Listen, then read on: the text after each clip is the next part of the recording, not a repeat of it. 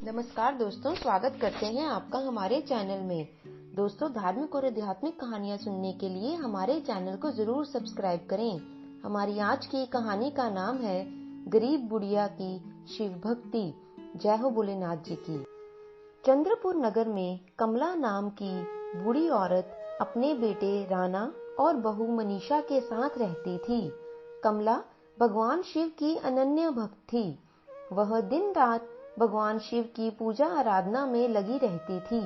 उसका बेटा राणा खेती करता था और फसल भी ठीक ठाक होती थी, लेकिन फिर भी माँ के पास हमेशा गरीबी का रोना रोता रहता था।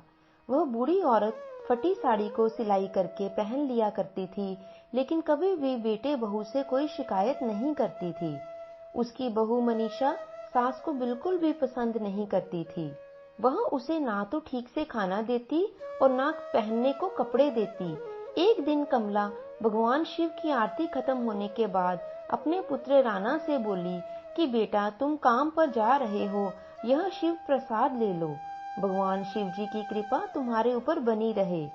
उसकी बहू जो पास ही बैठी थी सारा वार्तालाप सुन रही थी। वह बोली कि सासू माँ, अगर ऐसे दिन भर पूजा पाठ करते रहने से सब काम बन जाए तो फिर तो सब पूजा पाठ ही करते रह जाएं। आपके पास तो शिव जी की पूजा के अलावा और कोई काम धंधा ही नहीं है। हर समय शिव जी की पूजा ही करती रहती हो, लेकिन तुम्हारे शिव जी फिर भी तुम्हारे लिए कुछ नहीं करते। बाकी समय आप बस बैठे बैठे अनाज ही तोड़ती हो। बहू के ताने सुनने के बाद भी कमला कुछ नहीं कहती। बेटा राणा भी अपनी बीवी को कुछ नहीं कहता था और चुपचाप अपने खेतों में काम के लिए चला जाता था। कमला घर में पूजा करती, मंदिर जाती और वह दिन भर खुद को शिव भक्ति में ही व्यस्त रखती थी। बहू मनीषा स्वयं तो बहुत अच्छे अच्छे भोजन पकाकर खाती थी, लेकिन सास को रूखा सूखा खिलाती, जिससे कमला दिन प्रतिदिन कमजोर ही होती जा रही थी। मनीषा कमला से कहती कि माँ केवल पूजा ही करती रहोगी, कभी कभार थोड़ा बहुत घर का काम भी कर लिया करो। दिन भर अकेली मैं सारा काम करके थक जाती हूँ और आप सिर्फ खाती रहती हो और पूजा में लीन रहती हो। कमला ने कहा, ठीक है बहू, लाओ मैं झाड़ू पोछा लगा देती हूँ। मनीषा बोली कि सिर्फ झाड़ू लगाने से ही कुछ नहीं होगा, थोड़े बहुत बर्तन भी हैं, उसे भी धोना होगा। कमला ने कहा, ठीक है बहू। कमला रोज सुबह उठकर झाड़ू लगाती और दोनों वक्त के बर्तन भी धोती। बाकी सारे समय वह शिव जी की पूजा में ही लगी रहती। एक बार कमला ने अपने बेटे से कहा कि बेटा, कल से सावन का महीना शुरू हो रहा है। मैं इस सावन के महीने में भगवान शिव की विशेष पूजा करना चाहती हूँ, लेकिन मेरे पास पैसे नहीं है। अगर हो सके तो मेरी कुछ मदद कर दे, ताकि मैं भगवान शिव जी को भोग लगाने के लिए प्रसाद की व्यवस्था कर सकूं। राणा ने कहा, माँ, उसकी क्या जरूरत है, तुम तो वैसे ही रोज शिव जी की पूजा करती ही हो और अब सावन में विशेष पूजा करने की क्या जरूरत है। तभी उसकी बहू ने कहा, वैसे भी इस बार खेती अच्छी नहीं हुई है, अभी घर में पैसों की भी काफी दिक्कत आई हुई है, इसलिए आप अपनी पूजा पाठ जैसे रोजाना करती हो वैसे ही कर लीजिए। कमला कुछ नहीं बोल पाती और वह चुपचाप वहां से बाहर चली जाती है। अब मनीषा को अपनी सास और भी बोझ लगने लगी थी। इधर भगवान शिव अपने ही ध्यान में लीन थे। जय हो मेरे शंकर भोलेनाथ जी की। तभी माता पार्वती ने उनसे कहा, प्रभु, कमला आपकी अनन्य भक्त है, वह इतनी तकलीफ में है, आप उसके लिए कुछ करते क्यों नहीं। मुझसे अब और उसका दुख देखा नहीं जाता। भगवान शिव ने कहा, देवी, इंसान को अपने पिछले जन्म के कर्मों का फल हर हाल में ही भुगतना पड़ता है। कमला के साथ भी वही हो रहा है, लेकिन अब बस कुछ और दिन की ही बात है। कुछ दिनों के बाद उसकी सारी तकलीफ खत्म हो जाएगी। इधर मनीषा अपने पति राणा से कहती है, सुनो जी, 2 दिन बाद मेरे भाई की शादी है।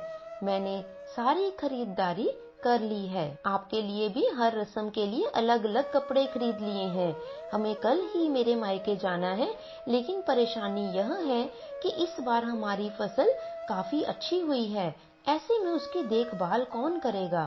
तब राणा बोला, ऐसा करो कि तुम चली जाओ और मैं यहीं पर ही रह जाता हूँ, जिससे मैं फसल की भी देखरेख कर सकूंगा। ये आप कैसी बात कर रहे हैं? आप नहीं जाएंगे तो लोग क्या कहेंगे? मैं कहती हूँ कि माँ जी तो वैसे भी कुछ करती नहीं है, उसे खेत में ही बने झोंपड़े में रहने के लिए कह दो। उनकी शिव जी की मूर्ति भी उन्हें खेत में ही दे दो। वह वहाँ पर रहकर ही शिव जी की भक्ति कर लेगी और अपना भोजन पकाकर खा भी लेंगी। इसके साथ ही खेतों की देखभाल भी हो जाएगी। राणा ने कहा, शायद तुम ठीक कह रही हो। राणा दूसरे दिन माँ कमला को लेकर खेतों पर चला जाता है, वहीं पर उसकी सारी व्यवस्था कर देता है और फिर अपने ससुराल चला जाता है। कमला जैसे तैसे अपने दिन गुजारने लगती है। अब वो भगवान शिव की भक्ति में और ज्यादा लीन हो गई। एक बार फिर माता पार्वती भगवान शिव से कहती हैं, स्वामी अब तो आप अपनी उस भक्त के लिए कुछ करें। उसकी तकलीफ मुझसे अब और देखी नहीं जाती। अब आप उसकी और क्या परीक्षा ले रहे हैं? भगवान शिव मुस्कुराते हैं और एक बूढ़े साधु का वेश धारण कर कमला के पास पहुंच जाते हैं और कहते हैं कि माता, मैं कई दिनों से भूखा हूँ, मुझे कुछ खाने के लिए दे दो। आपके खेत में चने बहुत ही अच्छे हैं, आप मुझे उनमें से कुछ चने दे दो, मैं वही खाकर पानी पी लूंगा। कमला ने कहा, नहीं बाबा, मैं आपको कच्चे चने नहीं दे सकती, आप यहाँ बैठिए, मैं आपको चने भून कर देती हूँ। कमला खेत से चने तोड़कर लाती है और उसे भूनकर साधु बाबा को दे देती है। वह कहती है, बाबा ये लीजिए काले चने, इनके अलावा मेरे पास आपको खिलाने के लिए और कुछ भी नहीं है। बाबा ने कहा, माता, आपने जितने सच्चे मन से मुझे चने खिलाए हैं, उसके लिए इंसान के पास अमीरों का दिल होना चाहिए, जो पैसे वालों के पास नहीं होता। यह कहने के बाद भगवान शिव अपने असली रूप में आ जाते हैं। यह देखकर कमला उनके चरणों में गिर पड़ती है और खुशी से रोते हुए कहती है, मेरे प्रभु, मेरे स्वामी, मुझे आपके दर्शन मिल गए। जय हो शिव भोलेनाथ जी की। प्रभु, मेरा जीवन धन्य हो गया। भगवान शिव ने कहा, मैं तुम्हारी भक्ति से बहुत प्रसन्न हूँ, मांगो, तुम मुझसे क्या मांगना चाहती हो? कमला बोली, प्रभु, मुझे आप यहीं पर अपना मंदिर बना दें ताकि मैं शांति से आपकी पूजा कर सकूं। भगवान शिव वहां पर एक खूबसूरत मंदिर का निर्माण कर देते हैं और अंतर्ध्यान हो जाते हैं। यह खबर पूरे गांव में फैल जाती है। अब चारों ओर कमला की जय जयकार होने लगी, सब उसकी इज्जत करने लगे। भगवान शिव के उस मंदिर की प्रसिद्धि दूर दूर तक फैल जाती है और प्रतिदिन मंदिर में भक्तों की भीड़ उमड़ने लगती है।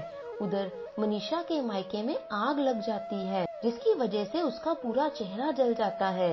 जब वो वापस अपने गांव आती है तो गांव वालों से अपनी सास के बारे में सब कुछ जानकर वहां खेत पर जाती है। उसके साथ उसका पति राणा भी जाता है। दोनों अपनी माँ कमला से माफी मांगने लगते हैं। कमला जब मनीषा की ऐसी हालत देखती है तो बहुत ही दुखी और परेशान हो जाती है। कमला मंदिर में जाकर भगवान शिव जी के नाम का जल लेकर उसके पूरे चेहरे पर लगा देती है, जिससे मनीषा का चेहरा पहले की तरह ठीक हो जाए। अब तो मनीषा का चेहरा बिल्कुल ठीक हो गया। हर कोई कमला की जय जयकार करने लगता है। मनीषा कमला से कहती है, माँ जी, हमसे बहुत बड़ी गलती हो गई है, हमें क्षमा कर दीजिए, अब हमारे साथ घर चलिए, हम सब आपके साथ में ही रहेंगे। तभी राणा ने कहा, माँ मुझे माफ कर दो, मैंने कभी भी तुम्हारी इज्जत नहीं की है, मैं बहुत बड़ा पापी हूँ, माँ मुझे माफ कर दो, वैसे तो मैं माफी के लायक नहीं हूँ। मनीषा बोली, माँ जी हमें माफ कर दीजिए और हमारे साथ हमारे घर चलिए।